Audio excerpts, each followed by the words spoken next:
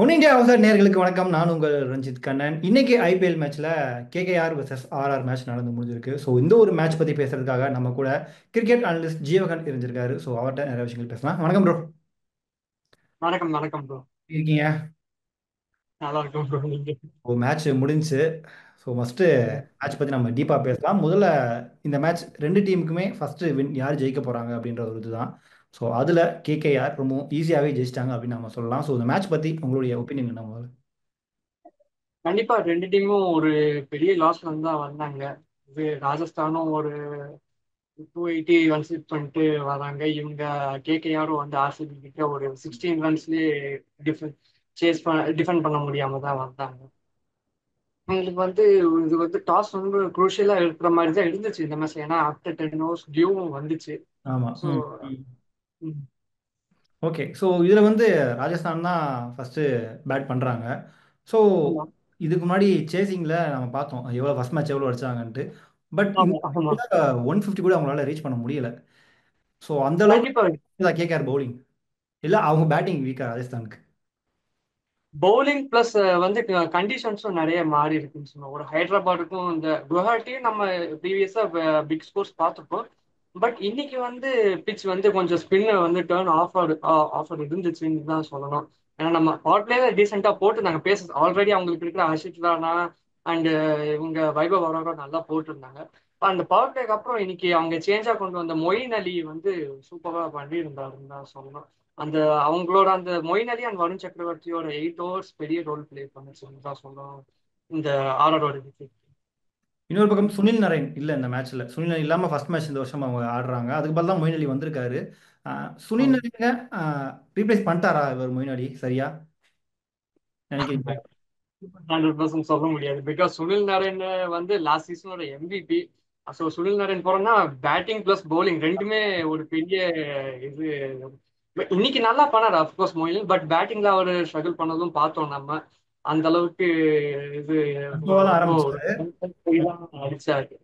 So வந்து Sunil Narayan replacement சொல்லுவாங்க. But இந்த மேட்ச்க்கு அவங்களுக்கு கொஞ்சம் கண்டிஷன்ஸும் ஹெல்ப் பண்ணதுனால மொயின் அலியோட பவுலிங்க்கு விக்கெட் நல்லா ஷூட் ஆனதுனால அவர் பார்த்துருக்கோம். சேப்பாப்லாம் நல்லா போட்டிருக்காரு சிஎஸ்கேக்காக. இந்த மாதிரி டேர்னிங் ட்ராக்ஸ் எல்லாம் அதே மாதிரி தான் அவர் இன்னைக்கும் ஒரு 2 for 23 தான் அவரு ஸ்பெல்லா இருந்துச்சு. ஸோ வந்து இன்னைக்கு அவரோட டேவா இருந்துச்சு. பட் கன்ஃபார்மா சுனில் நாராயண் வந்துட்டா அவரு மேபி ஸ்பென்சர் ஜான்சனுக்கு பதிலாக வேணா கேகேஆர் திங்க் பண்ணலாம். மேபி ஒரு சேப் ஆஃப் போகும்போது மொயின் அலியை விளையாட வைக்கலாமா. ஸ்பென்சர் ஜான்சன் வந்து இன்னைக்கும் வந்து ஒரு 40 ரன்ஸ்க்கு போனாரு. அது வேணா பண்ணலாமே தவிர பட் வந்து சுனில் நாராயண் ரீப்ளேஸ் பண்றாருன்னா இல்லைன்னு தான் சொல்லணும். கம்ப்ளீட்டா இருக்கு. அதே மாதிரி டிகாக் கம்பேக் கொடுத்துருக்காரு. லாஸ்ட் மேட்ச் வந்து யாருமே எதிர்பார்க்காம ரொம்ப லோ ஸ்கோர் பண்ணாரு. இப்போ 90 வந்து ஒரு கம்பேக் கொடுத்துருக்காரு. அதாவது ப்ரூஃப் பண்ணியிருக்காரு.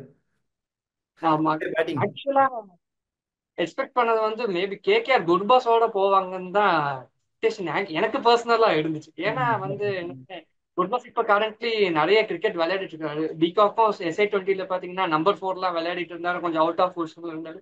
அவ்வளோ ரன்ஸும் அடிக்கல. பட் வந்து கேகேஆர் மேனேஜ்மெண்ட் இவங்க இது எக்ஸ்பீரியன்ஸோட போயிருக்காங்க. எக்ஸ்பீரியன்ஸோட போனதுக்கு அவர் நல்ல பேபேக் பண்ணிருக்காங்க தான் சொன்னோம். இந்த ஒரு 160 டோட்டலா அவர் கேமுக்கு நல்லாவே சூட் ஆச்சு.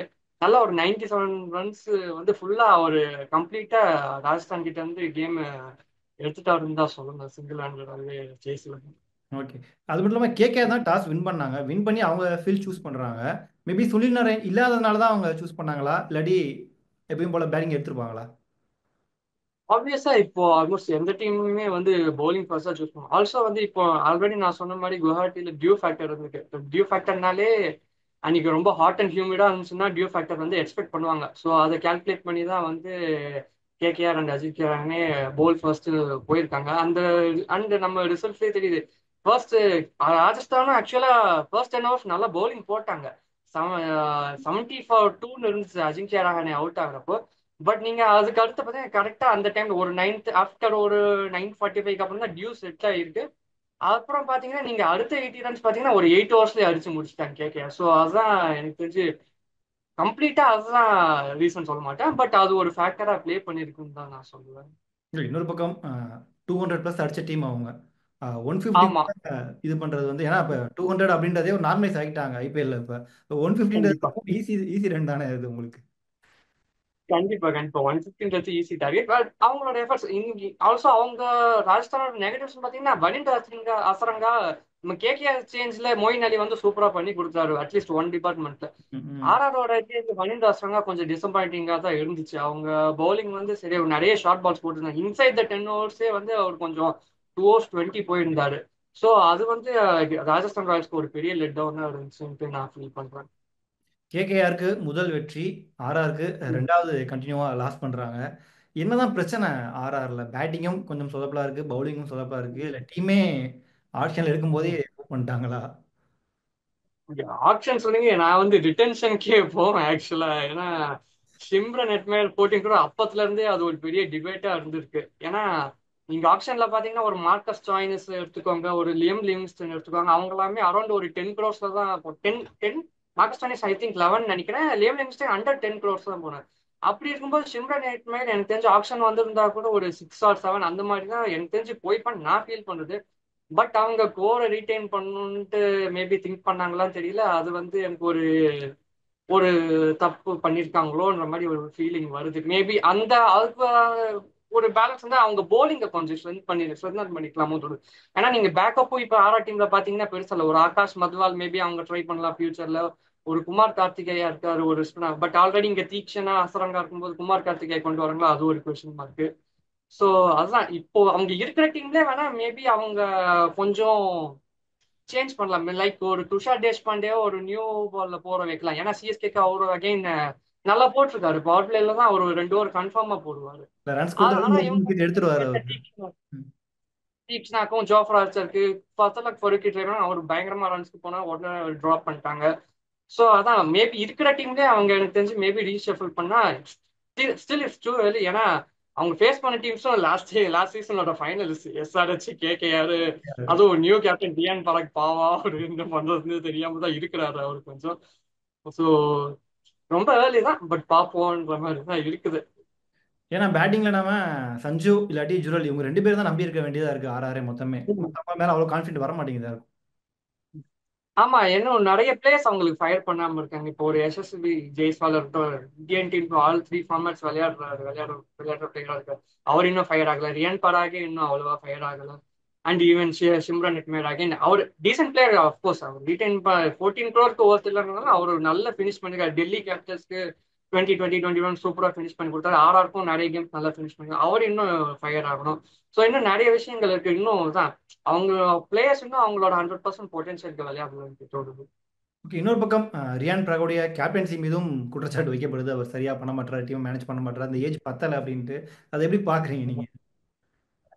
ரியான் பராக் இப்போ அதான் இப்போ அவங்களுக்கு வேற வழி இல்ல. சஞ்சு சாம்சன் விட்டுட்டு ரியான் பராக் தான் வந்து அவங்க கேப்டன் பண்ணி அவங்க. ஏன்னா வேற யாரும் அவர் அட்லீஸ்ட் டொமஸ்டிக்ல கொஞ்சம் கேப்டன்சி பண்ணியிருக்கிறாரு. அதனால தான் எனக்கு தெரிஞ்சு போயிருக்காங்க. அதாவது பட் அஃப்கோர்ஸ் அவருக்கு பிலோ ஆவரேஜ் தான் ஒரு மாதிரி பண்ணியிருக்காரு.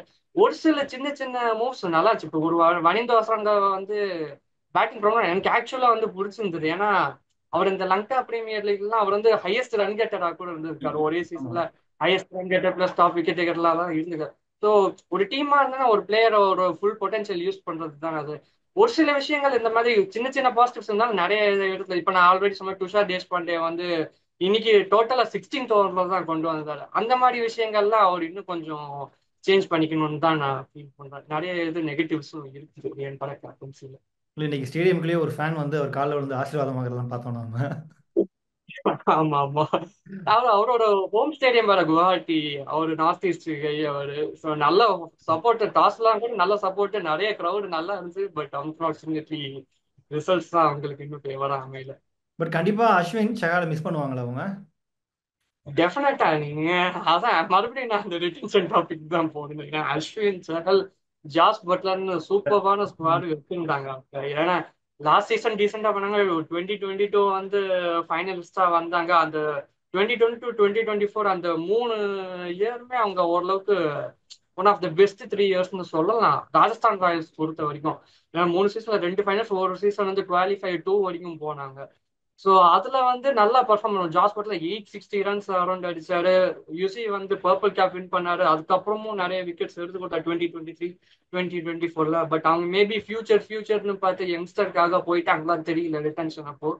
பட் எஸ் இதுக்கப்புறம் அதை பேசி யூஸ் இல்லை நமக்கு. கண்டிப்பா மிஸ் பண்றாங்க தான், 200% மிஸ் பண்றாங்க. அவங்க இனிமே ஆக்சுவலா ஆல்ரெடி நான் சொன்ன இருக்கிற பிளேயர்ஸ் வச்சு அவங்க போனாதான் பார்ப்போம். டிராவிட் வேற கோச், அவரு நிறைய யங்ஸ்டர்ஸ் மேலதான் அவரும் இன்வெஸ்ட் பண்றதுக்கு பார்ப்பாரு. ஸோ அவரோட இது இன்ஃப்ளூயன்ஸும் இதுல இருந்திருக்கலாம் இந்த மாதிரி விஷயத்துல. ஸோ இருக்கலாம். ம். ஸோ நெக்ஸ்ட் மேட்ச்ல ஆர்ஆர் என்னென்ன சேஞ்ச் பண்ணிக்கணும் நீங்க நினைக்கிறீங்க? ஆர்ஆர் சிஎஸ்கேவை தான் ஃபேஸ் பண்றாங்க. ஐ கெஸ் செப்பக்லேயே என்னன்னு மட்டும் தெரியும். சிஎஸ்கே ஃபேஸ் பண்றாங்க. ஆனா அதான் அவங்க மேபி ஆகாஷ் மத்வால் வேணா கொண்டு வரலாம். ஏன்னா அவரு பெர்ஃபார்ம் பண்ணப்போ அவரு 2023 எலிமினேட்டர் தான் கரெக்டா சேப்பாக்ல தான் அவர் நல்லா 5 சம்திங் எடுத்தாருன்னு நினைக்கிறேன். ஆமா, சேப்பாக்ல தான் அவர் வந்து நல்லா பெர்ஃபார்மன்ஸ் நல்லா அந்த கட்டர்ஸ்லாம் போட்டு அகைன் இந்த துஷார் தேஷ்பாண்டே இன்னும் பெட்டரா பெர்ஃபார்ம் பண்ணல. தீக்ஷனா 2 சிஎஸ்கே பவுலர்ஸ் இருக்காங்க, ஃபார்மர் சிஎஸ்கே பவுலர்ஸ் இருக்காங்க. அது அவங்களுக்கு இன்னும் பெட்டரா சூட் ஆகலாம். ஸோ நல்ல பிளேயர்ஸ் ஆஃப் ஸ்பின்னும் இருக்காங்க. அவங்க பேட்டிங் வந்து ஆக்சுவலா செம்ம strong. Jaiswal, Riyan Parag, Sanju Samson, Dhruv Jurel, current Indian T20 செட்டப்ல இருக்கிற எல்லா பிளேயருமே ஒரு மாதிரி இருக்கிறாங்க. அவங்க இன்னும் அவங்களோட 100% பொட்டன்ஷியலுக்கு ஆடினாங்கன்னா இன்னும் அவங்களுக்கு ரிசல்ட்ஸ் இன்னும் ஃபேவரா வரும்னு தான் நான் பிலீவ் பண்றேன். யா. எக்ஸ்பெக்ட் சேஞ்சஸ்னா ஆகாஷ் மத்வால் கொண்டு கொண்டு வரலாம். வரது ஒரு நல்ல ஃபீல்டா இருக்கும். ஓகே. கேகேஆர்ல அதே மாதிரி ரசல் இன்னும் பெரிய ஃபார்ம்க்கு அவர் வரல. ஃபர்ஸ்ட் மேட்சும் ரன் அடிக்கல. இந்த 2 மேட்சும் அவருக்கு பவுலிங்குமே எதுவும் காரணம் இருக்கா? அதுல எதுவும் பவுலிங் கொடுக்காததுக்கு?